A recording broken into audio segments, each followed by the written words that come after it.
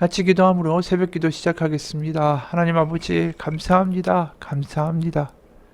하나님을 아버지라고 부를 수 있으니 감사하고 우리가 하나님의 자녀가 되었으니 감사합니다. 그 믿음, 우리의 자비로운 아버지를 바라보며 살아가는 자녀의 삶을 살아갈 수 있는 오늘 하루, 그 믿음이 될 수 있도록 하나님 인도하여 주옵소서. 예수님의 이름 받들어 기도합니다. 아멘. 오늘 로마서 10장 5절에서 13절까지의 말씀입니다. 로마서 10장 5절에서 13절까지의 말씀입니다.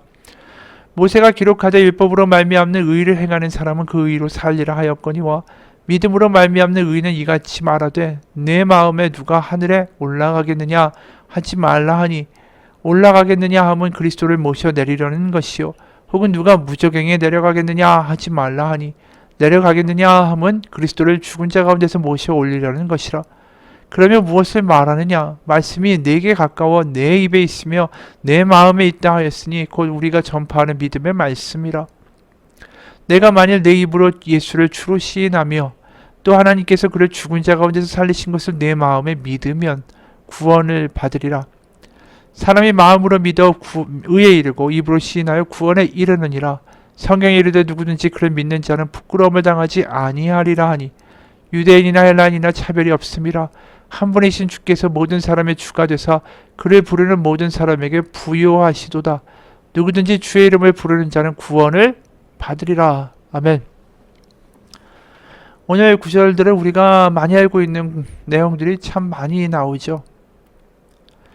동시에 오늘 구절을 그냥 예를 들어서 우리가 가장 많이 알고 있는 구절 이런 것이 있죠. 말씀이 내 입에 가까워 내 입에 있으면 내 마음에 있다 하였으니 곧 우리가 전파하는 믿음의 말씀이라. 입으로 예수를 주로 시인하고 하나님께서 그를 죽은 자 가운데 살리신 것을 네 마음에 믿으면 구원을 받으리라. 이것도 우리가 아는 구절이고 더 유명한 구절은 10절이죠. 사람이 마음으로 믿어 의에 이르고 입으로 시인하여 구원에 이르느니라. 그래서 많은 사람들이 우리가 그 전도를 하거나 이 복음 집회에서 이 구절을 많이 사용해요. 마음으로 믿어 의에 이르고 입으로 시인하여 구원에 이르니까 입으로 시인하십시오. 그럼 당신 구원받습니다.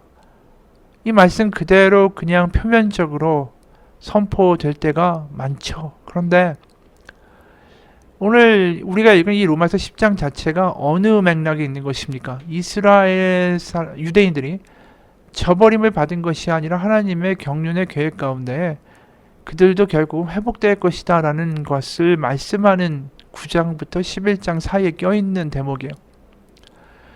그렇다면 어떤 식으로 이야기가 되겠습니까? 구약에서 이렇게 말한 것 성취되고 있다. 구약에서 하나님이 이렇게 하신 거 이루실 거다. 그렇게 이야기가 될 수밖에 없죠. 왜냐하면 구약에는 유대인들을 향한 하나님의 약속이 나오기 때문에. 그러므로 이스라엘에 대한 약속이 성취될 것이다 라고 말씀하시면서 오늘 로마서 10장 5절에서 13절에는 구약의 인용이 많이 나올 수밖에 없어요. 그래서 먼저 레위기 18장 5절의 말씀이 오늘 읽은 5절의 말씀이에요. 모세가 기록하되 이게 레위기 말씀이에요. 율법으로 말미암는 의를 행하는 사람은 그 의로 살리라 하였거니와 율법을 통해서 의롭게 되는 것을 다시 말해서 어제 말한 밑에서 위로 가는 길을 선택하는 사람도 있다라는 거죠. 하지만 율법이 그렇게 선택하는 율법주의자들과 반대로 복음은 위에서부터 아래로 하나님의 은혜 아니면 안 됩니다. 어차피 우리의 능력과 힘으로는 아닙니다. 우리가 내가 너보다 거룩하다고 하지만 차별화되어 나 자격 있다라고 하지만 결국 도토리 키재기 아닙니까? 이야기 하시는 거죠. 여러 번 이야기한 거 아닙니까? 비행기에서 보면 63빌딩이나 그 옆에 있는 초가집이나 결국 다 조그매요. 다 그놈이죠. 그래서 복음에 의해 아니면 우리는 구원받을 수가 없는 것이죠. 하나님이 위로부터 아래로 길을 열어주시지 않으면, 예수님을 보내주시지 않으면. 그래서 6절 믿음으로 말미암는 의는 이같이 말하되 네 마음에 누가 하늘에 올라가겠느냐 하지 말라 하니 올라가겠느냐 하면 그리스도를 모셔 내리라는 것이요 혹은 누가 무저갱에 내려가겠느냐 하지 말라 하니 내려가겠느냐 하면 그리스도를 죽은 자 가운데서 모셔 올리라는 것이라. 이 이야기는 뭐냐 하면 신명기 30장 12절에서 13절의 인용이에요. 그러니까 신명기 30장 12절과 13절을 인용하는데 좀 변형시켜서 인용을 한 거죠. 원래 어떻게 되어 있냐면 오직 그 말씀이 내게 매우 가까워서 너의 입에 있으며 네 마음에 있은즉 네가 이를 행할 수 있느니라. 보라, 오늘 내가 오늘 생명과 복과 사망과 화를 내 앞에 두었나니, 이게 원래 말씀이에요. 되게 유사하죠, 오늘 말씀과.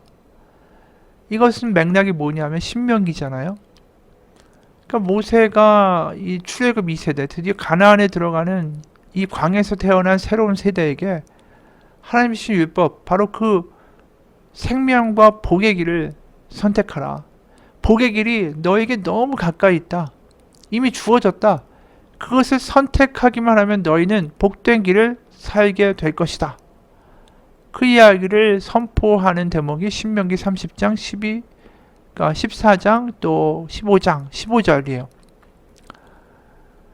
그래서 이 모든 내용들을 결국 우리가 뭘 생각하게 되냐면, 예수 그리스도의 십자가의 복음을 통해서 이미 너무나도 가깝게 구원의 복음의 길이 주어졌다는 거죠.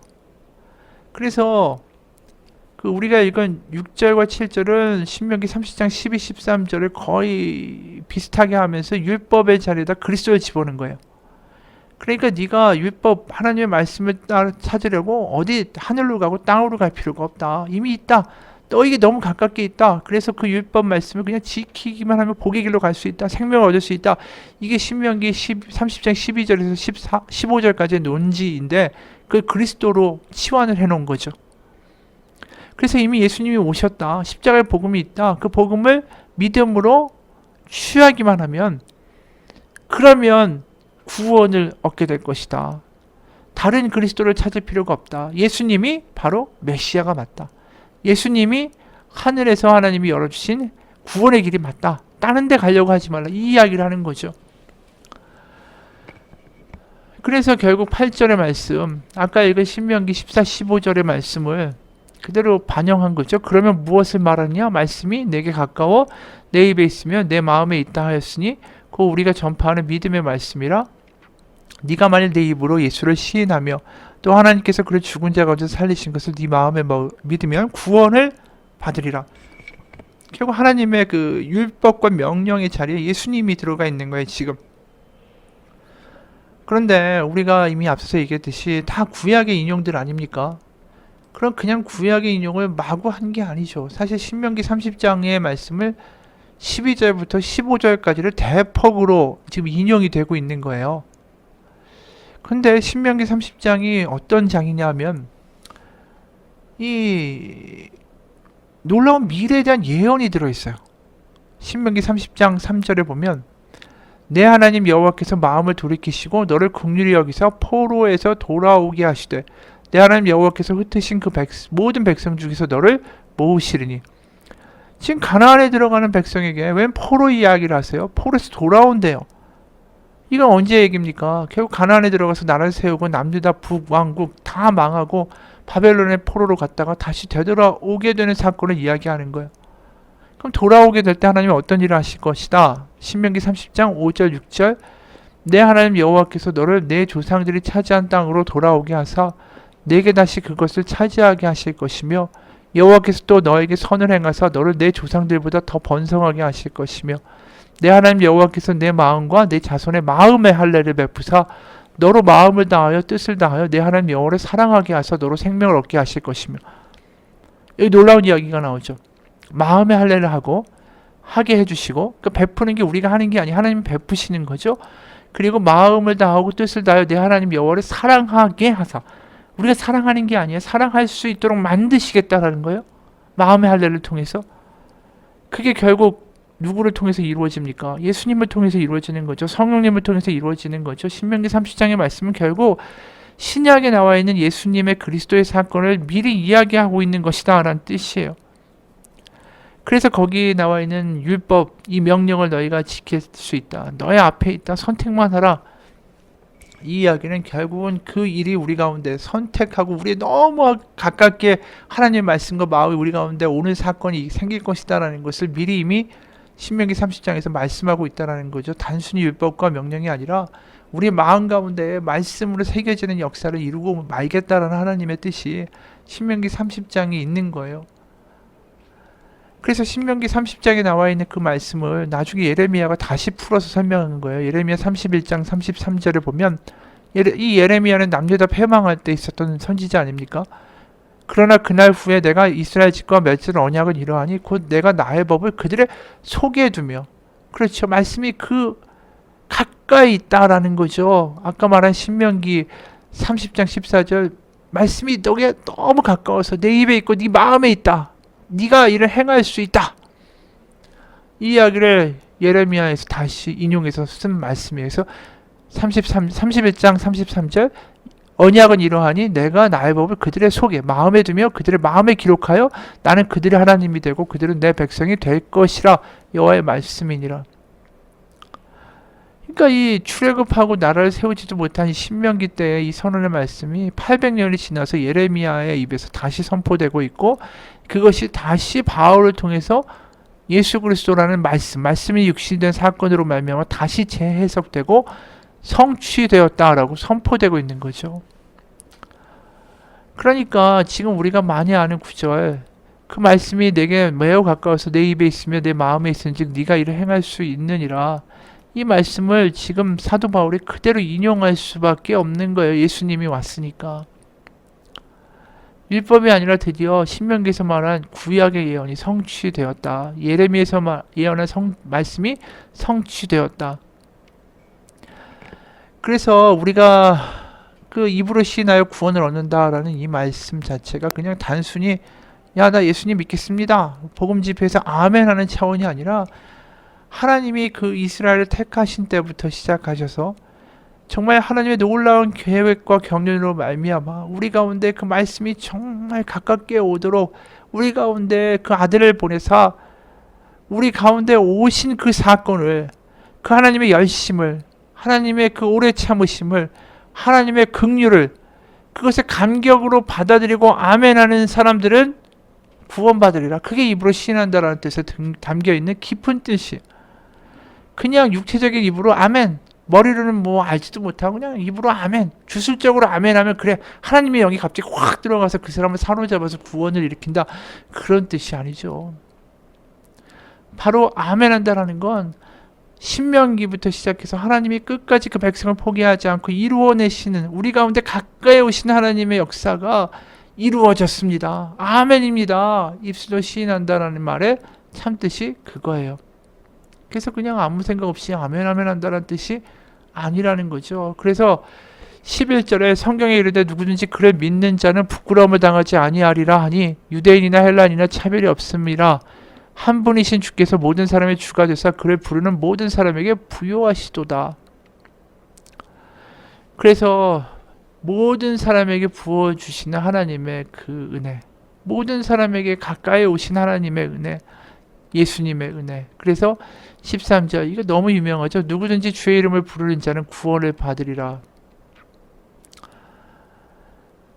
그리고 13절에는 이 요엘설의 말씀이에요. 지금 읽은. 그러니까 11절 아까 누구든지 그를 믿는 자는 부끄러움을 당하지 아니하리라. 이거 이사야서의 말씀이고, 누구든지 주의 이름을 부르는 자는 구원을 받으리라. 이거 요엘서의 말씀이에요. 다시 정리하면 결국은 이 구약의 수많은 예언들의 성취가 이미 이루어졌다. 그게 예수님이다 라는 거죠. 그래서 그 예수님, 하나님의 열심, 하나님의 긍휼, 하나님의 깊은 사랑이 총 집결된 그 예수님의 사건을 경험하고 그 앞에 무너지면서 아멘, 그렇습니다. 하나님은 사랑이십니다. 그리고 하나님의 말씀은 나를 살리기 위한 하나님의 사랑의 말씀입니다. 아멘입니다. 그게 구원이라는 거죠. 당연한 거 아닙니까? 하나님의 사랑이 경험돼야 우리가 다르게 살 수 있는 거죠. 그냥 주술적으로 아멘한다고 해서 다르게 사라지지 않습니다. 사랑하면 하나님의 말씀을 지킬 수 있다. 사랑하면 내 계명을 지키리라. 그게 예수님의 요한복음 14장의 말씀 아니에요? 사랑이 느껴져야 돼요.